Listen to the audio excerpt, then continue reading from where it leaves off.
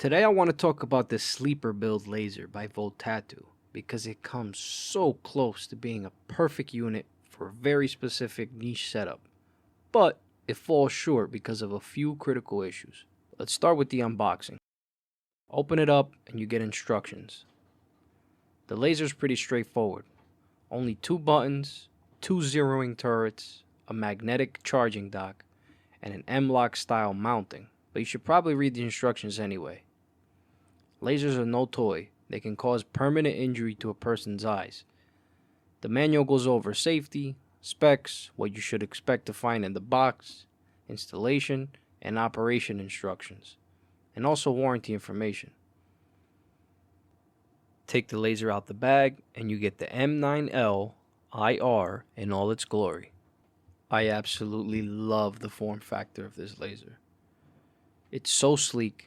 The weight feels well balanced, and it's a unique design compared to other big box LAMs. The 2 M-lock slots on the bottom means you can rock it in almost every position of a free float M-lock handguard, which adds to the list of its pros. Coming in at only 5.1 ounces with the non-removable battery that's in it, it's a great option for a setup like mine. I wanted to add night vision capability to a mostly daytime airsoft rifle, but also keep it simple and lightweight. I'm running an LPVO with a top dot for passive aiming, but I don't want a big old PEC box on the pick rail obstructing my view. No, I don't want to mess with risers, and no, I don't want to put the LAM on the sides. I don't like the way that feels ergonomically, and more importantly, I don't like the way it looks. And looking cool is the most important thing. It's such an easy add-on to an otherwise complete setup.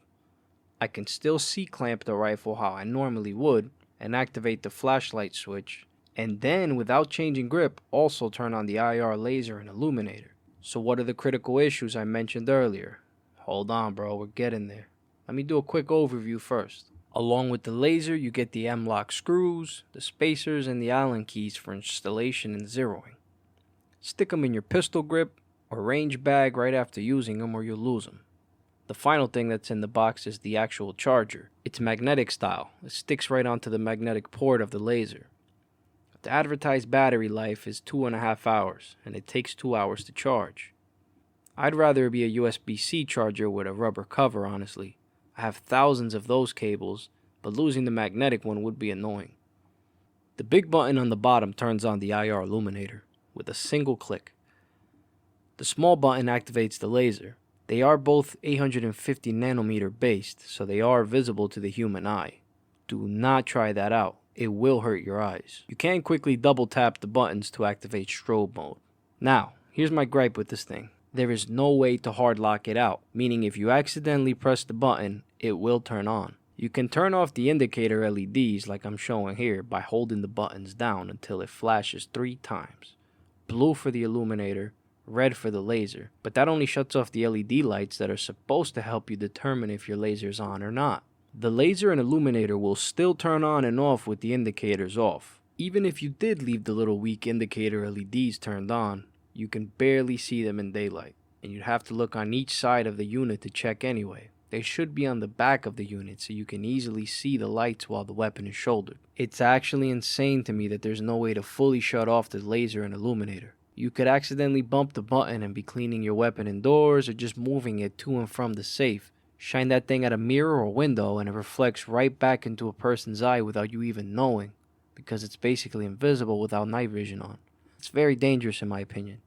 Maybe I'm being overly paranoid, but it is a risk that could be easily avoided if there was just a manual shutoff in it. For all the night vision footage you'll see, I have the laser in my hand, not mounted on a weapon. But when I did mount it to a weapon, it was almost perfectly zeroed out of the box. I took it off to record this footage and drove around with it in the truck where it flew under my passenger seat next to year-old McDonald's fries and tumbled around as I drove down a rocky back road. It even fell out of my pocket as I climbed out of the truck and landed on concrete. When I mounted it on the rifle after all that, it didn't change zero whatsoever. There's no shooting footage in this video, but that's in the works. I trust it for plinking or hunting after I took all that beating and remained perfectly slave to the piggyback top. This thing has pretty impressive output for its price.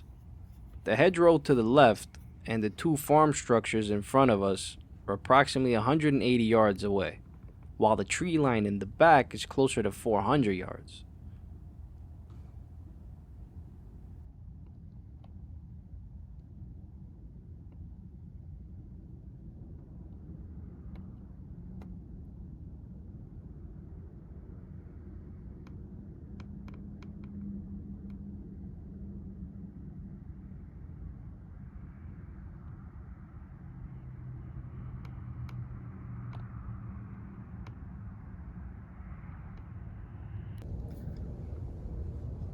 Here's a view of a beautiful frozen lake that I do a lot of fishing in the summer.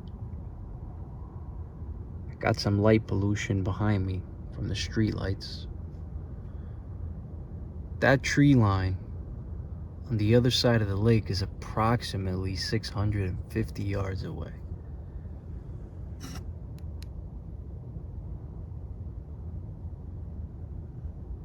That's really impressive. The laser makes it.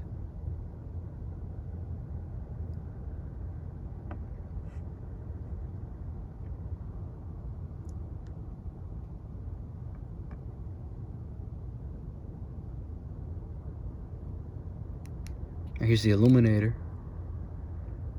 The illuminator is not so impressive.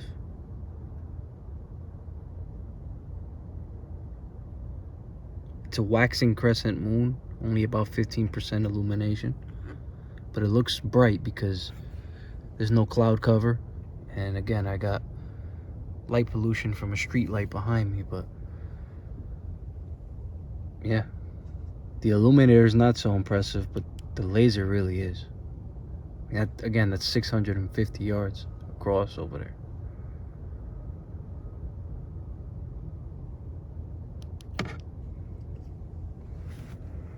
Some footage of the Night Fox Swift 1 digital NVG while I pour my heart out in these closing thoughts. Votatu, please make an updated model of this with a hard lockout feature or button or whatever to completely lock out the IR laser and illuminator when you want it locked out.